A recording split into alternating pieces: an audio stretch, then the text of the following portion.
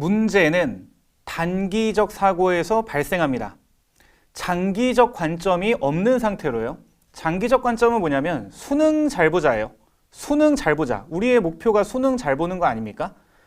단기적 사고는 이 수능 잘 보자가 머릿속에서 빠진 상태에서 지금 당장 벌어진 상황에 대해서 전전긍긍하는 겁니다. 그러다 보면 당연히 학습이란 점점 쌓아 올라가는 건데 지금 당장은 무언가 안 되어 있기 때문에 점수가 안 나올 수 있거든요. 노력이 아직 부족하다, 아직 쌓인 누적된 내용이 부족하기 때문에 지금 당장은 점수가 안 나올 수 있는데 그런 생각을 못하고 지금 당장 무언가를 빠르게 해야지만 된다라고 사고하면 문제가 발생합니다.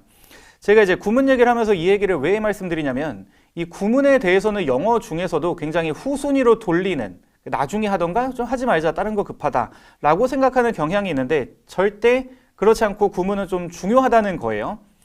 자, 단어 구문. 구문 꿀팁 4가지 말씀드릴게요. 이 중에서 구문 학습 Q&A 4번에까지 이제 들으셔야만 오해가 없을 겁니다. 일단 1번 구문 학습 필요성인데요. 구문을 어떻게 생각하면 되냐면 초빈출 단어라고 생각하면 되겠습니다. 부정사나 ing 혹은 각종 접속사가 이끄는 절 같은 것들은 자리품사에 따라 의미가 달라지는데 이게 초빈출 단어예요. 부정사만 보더라도 모의고사 한 번 볼 때 부정사 얼마나 많이 나옵니까?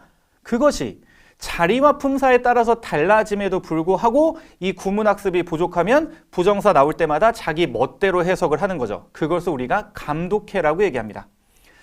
구조를 먼저 파악하는 게 맞아요. 자, Q1 첫 번째 문장 볼게요. I hate it 이라고 했을 때 이거 여러분 긍정문이에요, 부정문이에요? 얘는 긍정문입니다. 왜냐하면 영어는 구조적인 언어죠. 자, 영어는 무엇이다?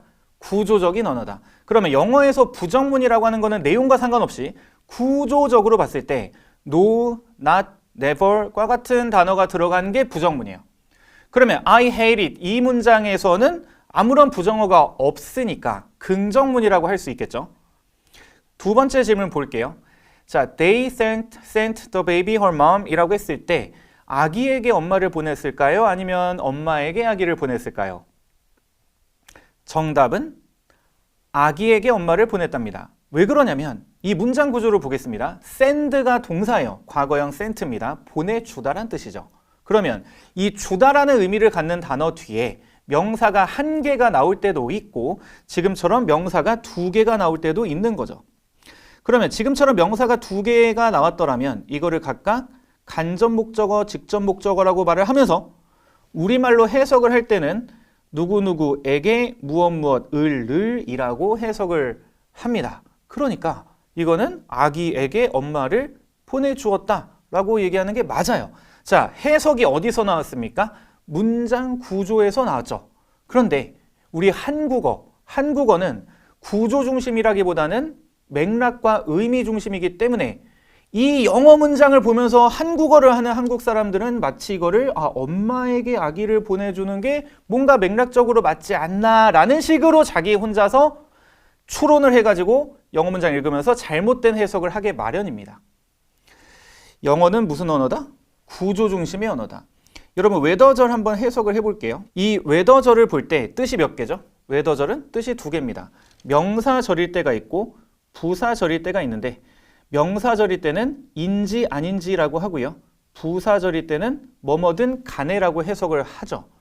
그러면 여기 나오는 웨더절의 자리와 품사입니다. 자리와 품사를 봤더니 이 뒤에 나오는 trip이라는 게 주어네. 그러면 웨더절은 주어 앞에 있네요. 자, 주어 앞에 있다는 걸 부사라고 하면 되거든요. 주어 앞에 어떤 덩어리가 있다면 그거 부사입니다. 만약에 구라면 부사구, 절이라면 부사절, 부정사라면 부사적 용법이라고 하죠. 자, 그러면 이거는 뭐라고 해석해야 돼? 뭐뭐든 간에라는 식으로 해석을 했었어야 돼요. 읽어보니까 너가 유럽에서 휴가를 보내든 겨울을 보내든 플로리다에서 아니면 친구 집에 방문하든 주말 동안에 무엇이든 간에 성공적인 여행은 달려있다. 패킹은 이제 짐을 꾸리는 건데 짐을 잘 꾸리는 것에 달려있다. 이렇게 돼요. 자, 이렇게 해석을 하고 나니까 지금 웨더절의 내용이 더 중요할까요? 이 주절의 내용이 더 중요할까요? 그쵸? 주절의 내용이 더 중요하잖아요. 아, 그러네. 웨더절이 부사절로 쓰였을 땐 뭐뭐든 간에라는 뜻이기 때문에 이 웨더절에 들어간 내용 자체는 그렇게 중요하지 않다. 좀 더 쉽게 말하면 심지어 안 읽어도 된다. 왜? 이거는 주절을 강조하기 위함이니까. 알겠죠? 자, 그러면 우리가 지문을 읽을 때 모든 문장을 다 정확하게, 모든 지문을 다 정확하게 전부 다 읽을 수 없지 않습니까? 어떤 부분은 빠르게 넘어가고 중요한 부분에 집중해야 돼요. 그러면 여기에서 중요한 부분에 집중한다는 건 어떻게 출발했다?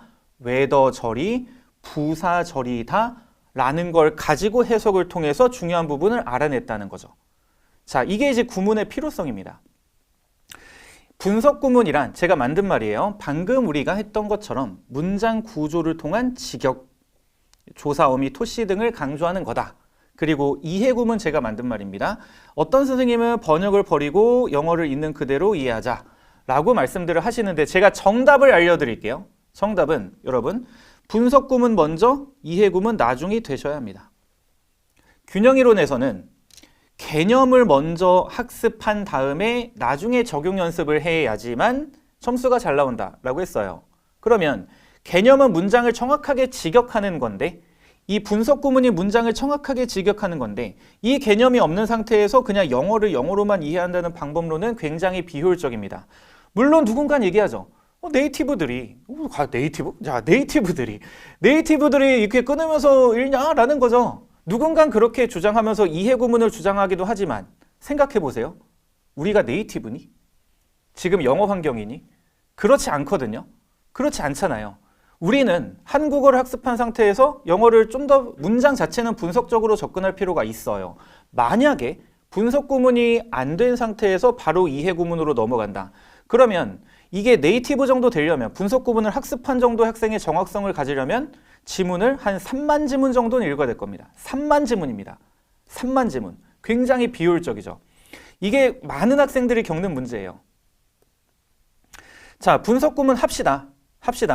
자, 분석 구문 학습법 어떻게 하는 거냐? 일단 수업 듣는 걸 추천합니다. 왜냐하면 분석 구문, 이 구문은 수학하고 좀 비슷해요.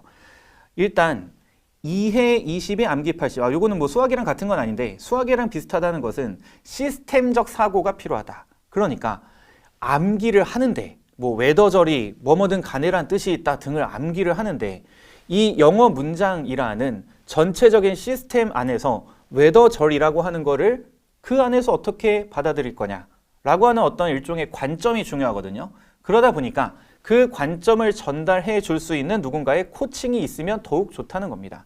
그래서 구문 자체는 이해 20에 암기 80이라고 저는 생각을 하는데 그 20이라고 하는 거는 강사가 어느 정도 해주는 거고 나머지 암기라고 하는 것도 어떤 식으로 시스템 안에서 집어넣을 거냐라고 하는 게 좀 필요해서 가급적이면 수업을 듣는 게 좀 좋습니다.